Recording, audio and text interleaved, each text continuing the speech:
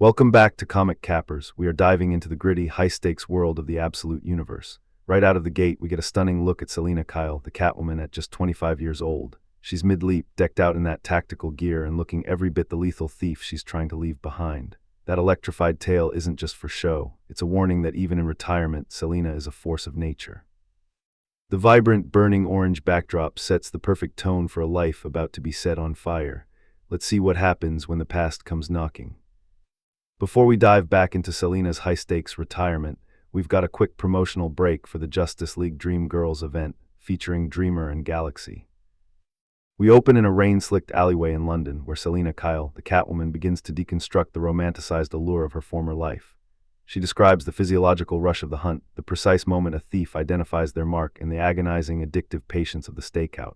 This transitions into the sensory experience of the job, the specific mechanical hum of her tactical suit as she gears up for a heist.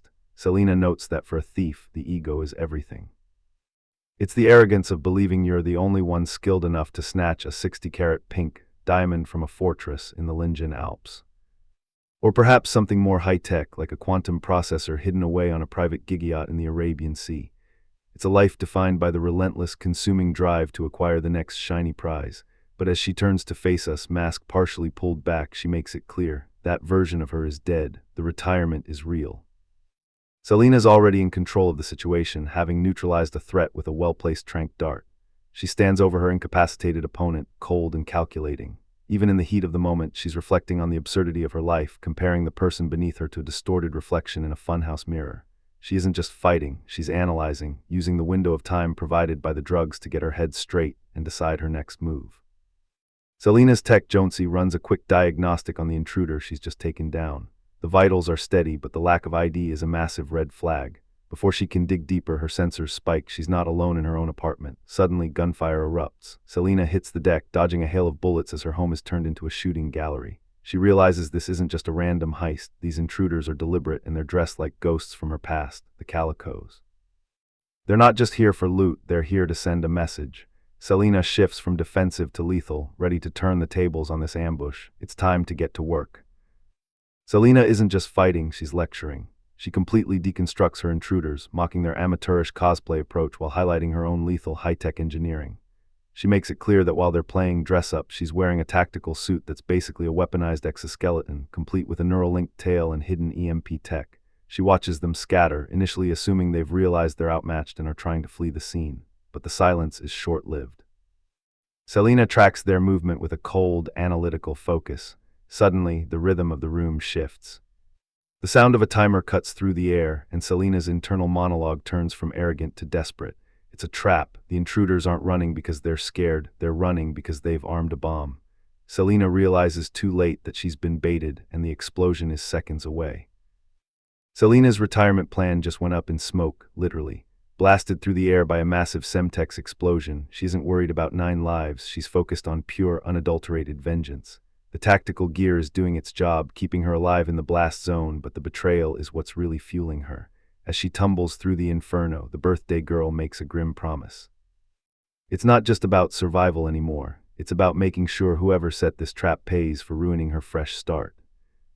Flashback to earlier that morning, Selina is still in bed when her phone pings with a call from Dante Calderone, the manager handling her future villa. He's calling to check in on her 25th birthday.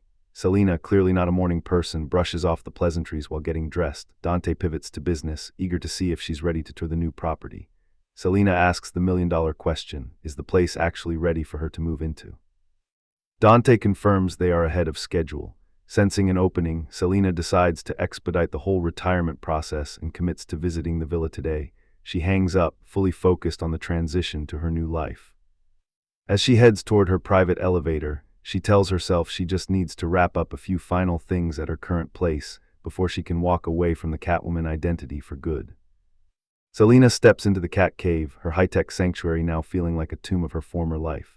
As she surveys the shrouded gear, the exoskeletons and tactical suits she's leaving behind, she reflects on the cost of her career. She's only 25, but she knows that getting out while she's still on top is the only way to truly survive. She turns away, a look of finality in her eyes as she acknowledges that her time as a thief is officially over. With one last firm press of the interface, she shuts the door on her past, refusing to look back. We flash back 12 years to younger Selina Kyle in Gotham City, caught in a terrifying moment as her abusive foster father, Joe, hunts her down in their home. Selina scrambles out the window, trying to deflect his rage with a quick lie about his missing debit card, but the tension is already at a breaking point. Joe corners her, realizing she's wearing a bracelet meant for his wife, Maureen, which confirms his suspicions about her thievery. Selina doesn't back down, coolly retorting that it's a birthday present for his favorite foster daughter, fueling his fury even further. Joe grabs her by the throat on the fire escape, threatening to toss her off the building and claiming the state wouldn't even notice she was gone. Selina counters his threat with a sharp, cold jab about the foster care checks he relies on, showing the early tactical mindset of a girl who knows exactly how to survive monsters. Selina fires back at her abuser, Joe, calling out his gambling debts to the Falcon crime family while making it clear she only stole the bracelet to flip it for quick cash. As Selina leaps from the fire escape, her internal monologue reveals the desperate motivation behind her early thievery, a desperate need to escape the cycle of abuse, rooted in the memory of her long-ago journey from Cuba. She reflects on the only memento of her past, a postcard of a woman on a cliff in the Sierra Maestra, contrasting that distant, peaceful image with her gritty reality. Finally, we see Selina in the present, sitting on a rooftop, physically suspended between the sky and the city, embodying that same feeling of weightless isolation. We cut from the chaos of the past to the present day in Madoni, Sicily. Selina Kyle is finally taking a breather in a place that feels worlds away from Gotham. We get a sweeping look at her new sanctuary, a high-tech, fortified villa perched right on the Mediterranean coast. It's the ultimate retirement bunker for a thief who wants to disappear. Her property manager, Dante Calderone, is there to greet her, eager to play the role of the diligent host as he welcomes her home. Selina's clearly not here for the pleasantries. She's focused on the mission, or rather, the lack of one, and wants to get straight to business. Dante tries to push for a support staff to handle the villa's massive upkeep, but Selina shuts that down immediately. She doesn't want anyone else in her space. They double down on the arrangement, absolute secrecy. Once she leaves, this place effectively stops existing, and Dante agrees to keep it that way. Finally, Selina moves to the main event, excited to see the one part of the villa that really matters to her. Dante shows Selina the stunning, secluded grounds of her new property. It's the kind of high-end, peaceful sanctuary she's been craving to escape her past. Selina gazes out over the water, seemingly lost in thought. The quiet of this place is a stark, heavy contrast to the noise and violence she's trying to leave behind. Selina acknowledges Dante's work, but the mood shifts instantly. She has one final condition for this arrangement, a caveat that suggests she isn't just looking for a house, but a sanctuary for something else entirely. Dante reveals the problem. A wild animal has been prowling the grounds, already mauling 2 of his men. When he offers to bring in a professional to handle the threat, Selina shuts him down immediately. Selina's expression is hard and knowing. She isn't afraid of the creature, she's protective of it. She makes it clear that the animal stays because it, like her, just wants to be left alone. Selina Kyle stands alone in her apartment, reflecting on her life in London as she prepares to leave it all behind.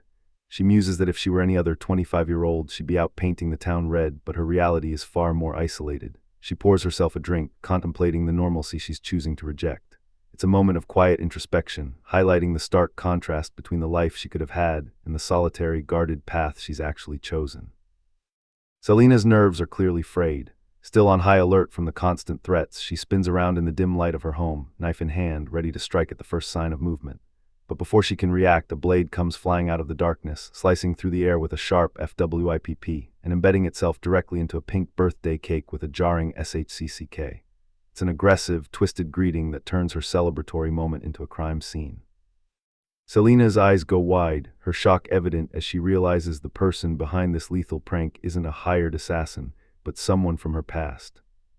The intruder has the audacity to play it cool, asking, "You trying to kill me, see?" It's Holly Robinson, standing there as if she hasn't just terrified her former partner. Selina can barely process the sight of her, simply calling out her name, while Holly brushes off the years of silence with a casual, "I know, it's been a minute." Selina confronts Holly Robinson in her home, demanding to know how she bypassed the high-tech security system Selina installed. The tension is palpable as Holly reminds her that she was the one who taught her every trick in the book. Selina doesn't take the trip down memory lane well, dryly admitting she regrets ever teaching Holly those skills in the first place. Holly brushes off the hostility with a manipulative grin, offering Selina a slice of red velvet cake to celebrate her 25th birthday, clearly trying to disarm her old partner with nostalgia. Selina isn't having it. She gives Holly 5 seconds to explain her presence. Holly deflects, teasingly calling her Sour Patch and acting like they're just two old friends catching up. Selina snaps back, reminding Holly they aren't teenagers anymore and that she's done with the games. Selina moves to confront her, demanding to know what Holly is hiding behind that birthday act. Holly's mask slips. She grabs Selina's hand, cutting her off with a sharp warning to just cut the cake, revealing a dark, ominous edge that suggests this birthday surprise is anything but friendly. We're flashing back a decade to a younger Selina Kyle, just another day in Gotham City with a cat at her side. Out of nowhere, a breathless Holly Robinson scrambles up, pleading for cover. She's already in trouble, handcuffed and desperate to vanish. Young Selina doesn't hesitate. She points Holly toward a hidden crawl space in the brickwork. Holly dives into the shadows, calling back a quick, frantic thanks as she slips out of sight. Selina's narration fills us in. Holly had been on the run all the way from central booking after a wild attempt to smuggle tools to her mom. She even managed to swipe Selina's own cuffs in the chaos. The cops arrive, scouring the rooftop for the runaway. They corner the young, innocent-looking Selina and demand answers. Selina plays it cool, laughing off the suspicion with a clever quip, proving she was already a master of misdirection. As the officers move on empty-handed, Selina reflects on Holly's street smarts. It was the start of a partnership built on grit, survival, and a shared talent for staying one step ahead of the law. We dive deeper into the past as a young Holly Robinson seeks refuge, asking a young Selina if she can stay for a while. Selina, guarded even then, tells her it's a free country. Holly notices Selina's cat, King Rupert, and tries to break the tension. It's a small, humanizing moment that shows how these two bonded over their shared outsider status. Selina explains the regal name, showing a rare, softer side to her personality that we rarely see in her adult, tactical life. They trade names and connect over their shared love for cats. It's the origin of a partnership that would define both of their lives, for better or worse. Selina narrates the memory, describing Holly as a kindred spirit, a fellow thief with a grudge. She spots Holly's injury and offers a sweet treat, building that initial trust. Back in the present, or perhaps just continuing the reflection, Selina questions Holly about the police chase. Holly teases a secret, setting up the manipulative reveal that likely led to their current, strained dynamic. Holly tries to bait Selina with a birthday cake, but it's clearly a Trojan horse for a new job she can't handle alone. She knows exactly how to push Selina's buttons. Selina isn't having it. She shuts down the pitch immediately, reminding Holly that the old team days are dead and buried. The history here is heavy, and the resentment is palpable. Things get heated fast. Holly accuses Selina of not caring about their shared past, and Selina snaps back, revealing that she paid a brutal price for caring too much. Selina is left reeling, questioning if she has sacrificed enough to finally be free of this life. Holly's presence feels like a bitter intrusion, as she sarcastically mocks Selina's attempt at a quiet, luxurious life. She doesn't stop there, offering a birthday cake to her former partner, turning a moment of supposed reconciliation into a tense display of manipulation. Selina tries to bridge the gap, asking if Holly can actually escape the dangerous life she's pulled them into, but the concern is met with a cold dismissal. Holly brushes off the warning, proving she's already checked out of any genuine emotional connection. She hits Selina with a classic, arrogant quip about always landing on her feet, a nod to their shared past that now rings hollow. Selina reflects on Holly's obsession with the thrill of the heist, realizing that this reckless love for the game is exactly what doomed their old crew, the Calicos. Selina sits alone with her birthday cake, the silence of her retirement feeling more like a burden than a relief as she reflects on the past. She dwells on a mysterious postcard she received, a relic that links her to history she's desperately tried to bury. The message written on the back, Nostro Corazon, or Our Heart, feels like a taunt from a life she no longer recognizes. It was signed by 10 tiny names, a list she could barely decipher, yet one that still holds a haunting weight over her. As she cuts into the cake, the knife hits the plate with a sharp clink, sparking a flash of frustration as she wonders about the family she lost, and curses Holly for dragging her back into this mess. Selina holds a small, mysterious marble-like object, staring at it with a mixture of confusion and lingering hurt as she reflects on the abandonment she felt from her past connections. It's a quiet, introspective moment that highlights the emotional weight she carries. She moves through the shadows of her home, her mind drifting back to the realization that she had been left to face her demons alone. The silence of the apartment serves as a stark reminder of her isolation. Selina's thoughts turn sharply toward Holly Robinson. She recalls a postcard featuring a woman on a cliff, a symbol that once held meaning, but the names scrawled on it became painful reminders of betrayal. As she suits up, pulling on the tactical gear and helmet, she makes a definitive choice. She is done with the past. The transition is complete. The retired thief is gone, and Catwoman is back. Selina's freefall from the exploding penthouse is a nightmare scenario, and her suit's AI Jonesy is struggling to keep up with the damage. She's screaming for a net deployment before she hits the ground at terminal velocity. The impact is brutal. Even with the emergency carbon fiber net, the landing is harsh enough to force a pained cry from Selina as her suit runs a diagnostic. The HUD feed is grim. Selina's already sustaining serious damage, a dislocated shoulder and a broken ankle. It's a reality check on how much danger she's actually in. Despite the physical agony, Selina's focus is ironclad. She isn't backing down.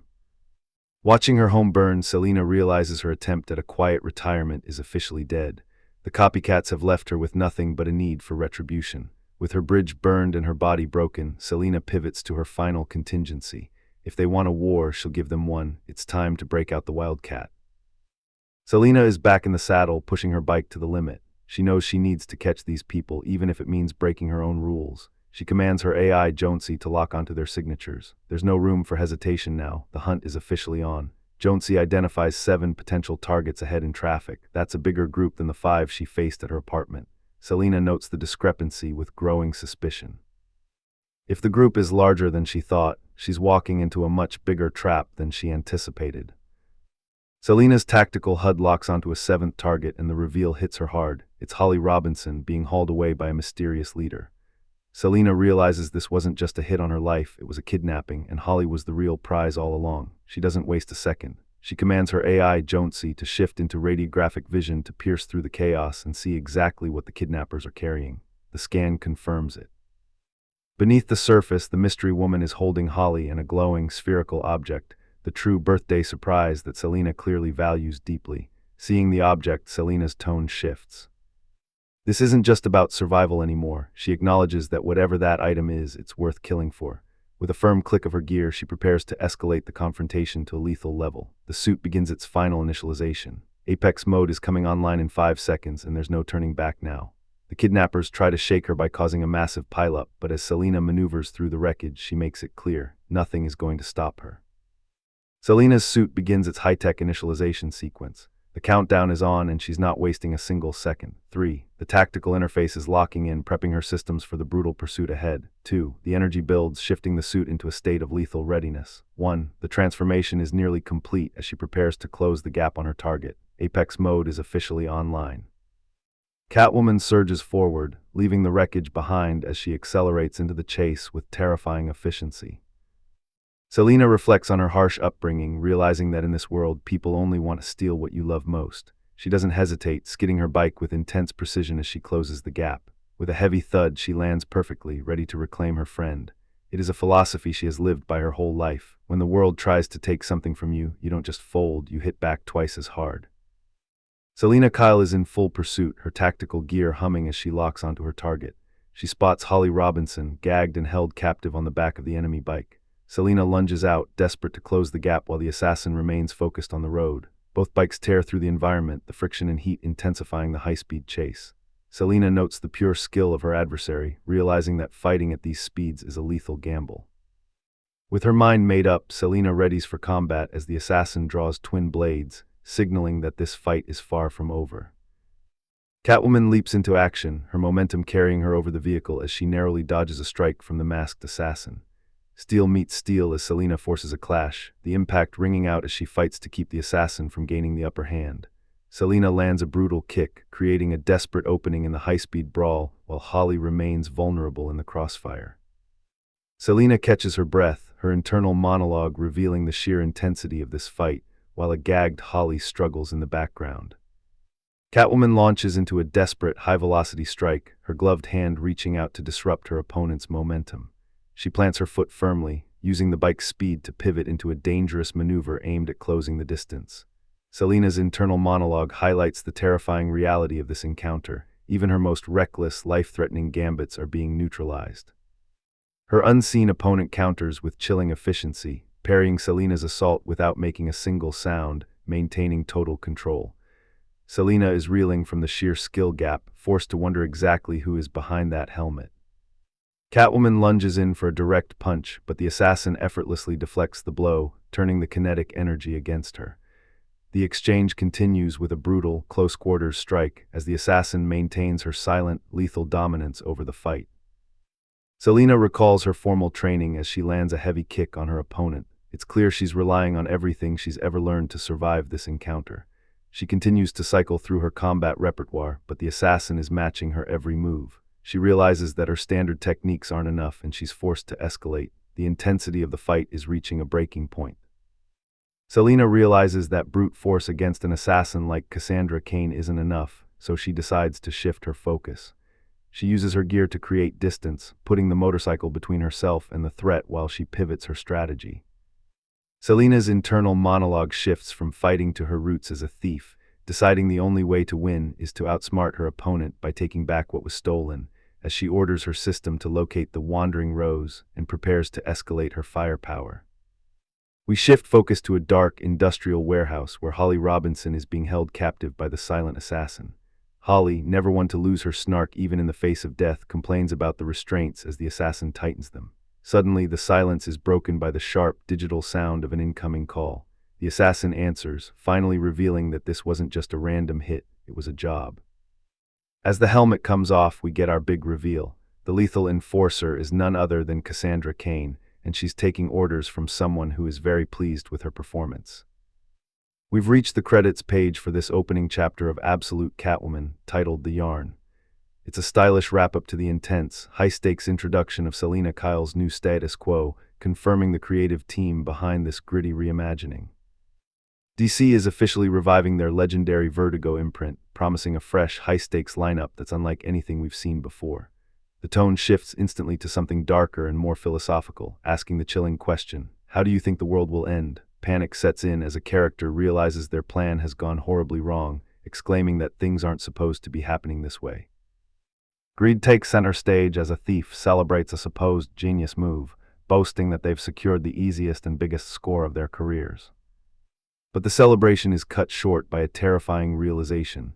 The targets aren't just people, they're automatons, and the entire setup is a lethal trap.